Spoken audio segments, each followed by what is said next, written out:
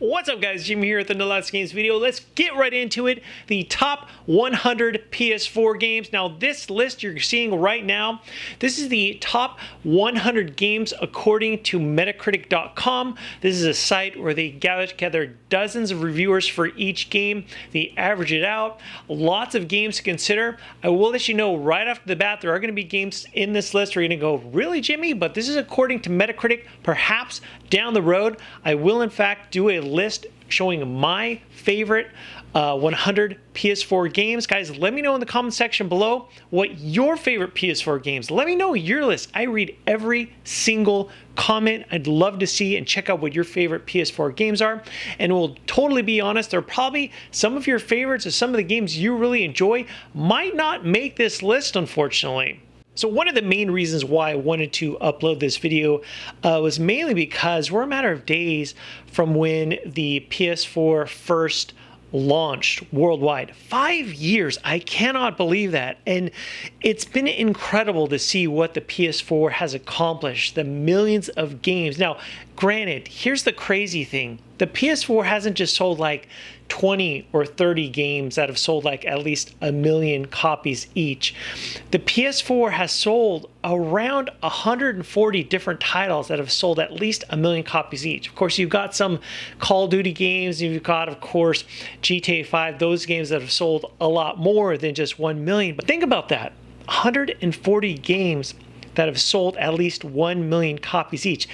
And here's the thing, I don't see the PS4 slowing down anytime soon. This year has been a really wonderful year, and the great thing, what I love about the PS4 is it really does offer something for everyone. You know, earlier this year, we had, see for instance, you're interested in JRPGs. We had the release of Ni no Kuni 2.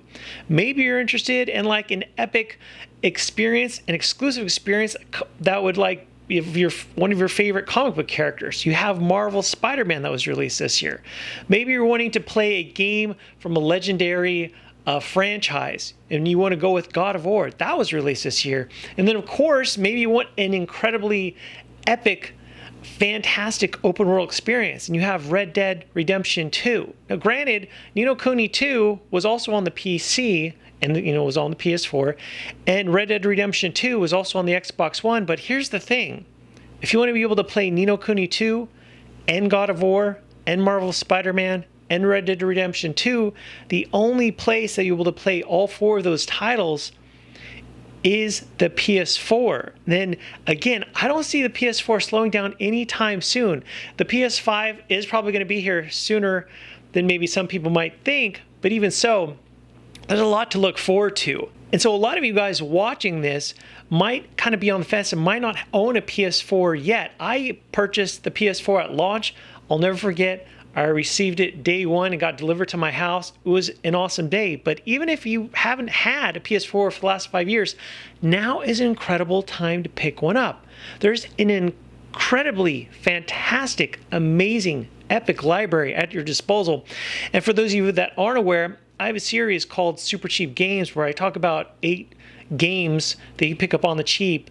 And so far, past few years, I've done 9 episodes for the PS4. And so I've covered 72 cheap games you can pick up less than 20 bucks.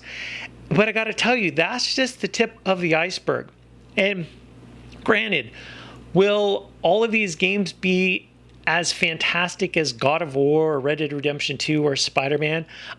Maybe not, but that doesn't mean they're not worth your time. Guys, there's literally hundreds of games for the PS4 you can pick up on the cheap, for really cheap. Some are cheaper than others. Some are less than 20 bucks. Some are less than 10 bucks. Some PS4 games, if you're lucky, you look in the right places, you pick up for around $5. It really doesn't take a whole lot of money to start building up your collection with some real great gems. And so again, the PS4 really does have a phenomenal library. You're going to have games that have been established in the PlayStation legacy that, like Ratchet Clank, God of War, Infamous. You're going to have those games that have been with the PlayStation for quite a while. But then you've got new titles to look forward to as well. And a few different things I just want to touch upon. First and foremost, the PS4 has lots and lots of great exclusives. And those exclusives are going to continue to come. And there's exclusives to look forward to. I know a lot of you guys watching this can't wait to play The Last of Us 2. And we've got great exclusives that were released this year. So big budget, big titles have been released, are being released, and will continue to be released on the PS4 as time goes on.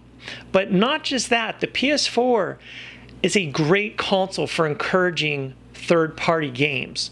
The list is really quite overwhelming if you think about it. If you go down the list, a lot of these games, you know, most of the games in this video are third-party titles, and a lot of them are really fun. But if you think about it, the risk that's involved with developing a game, games now more than ever, a lot of these, you know, games that hit retail shelves, the budgets for a lot of these games, the budgets have never been bigger. And so there's a lot of pressure, and there's a lot of things that go along with this that a lot of gamers hate, like microtransactions, unfortunately. But the budgets are super big, and it's really competitive. But it's great to see that PS4 owners are buying these games in groves. You know, like I said, around 140 games have sold at least 1 million copies each. Games are not cheap to make. Unfortunately, PS4 gamers have been supporting these developers and publishers. Now, of course, we talked about exclusives, we talked about third-party titles, but also, which kind of impressive, and a lot of you guys might not be too interested, but I think it's important for the space and for the industry, is Sony has been really an advocate to make sure that indie developers are supported. I'll never forget the E3 that took place right before the PS4 launched, and how they gave the stage to, of course, the big blockbuster games, the big AAA games for not only their exclusives but also third-party titles. But they gave the stage to several different indie developers going, and they said, you know what? We are going to support indie developers. Their work is important too.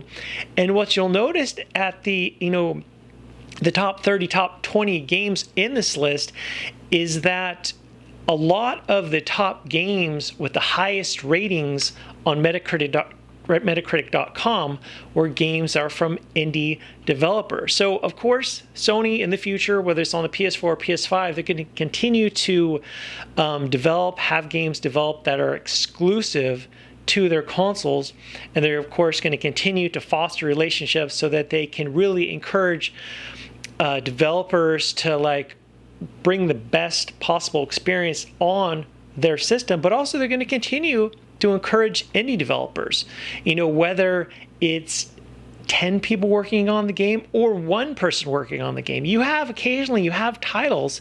Some of these titles actually sell pretty good.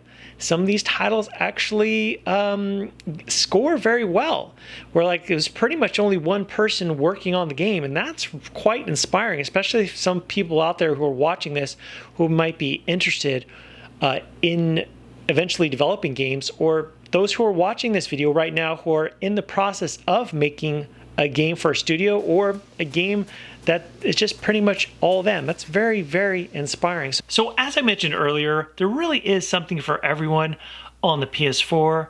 There's great RPGs like The Witcher 3, Persona 5. You've got RPGs that have been released in the past that are now on the PS4 like Skyrim. You've got great exclusives like God of War and Marvel Spider-Man. You have Bloodborne. The list goes on for a lot of exclusives. Either you have a PS4 or you don't own a PS4. And for those of you that already have a PS4, definitely as you're watching this video, think about maybe some of these games that got released in the past you never got to play. Like, you know what? I forgot that game got released. There are other games getting released at the time. I just never got around to it. And that is very common today because sometimes the game releases are so fast and so furious, it's hard to keep up with. Gaming is certainly not cheap, but I hope this video offers some ideas for you guys. Maybe, oh, you know what?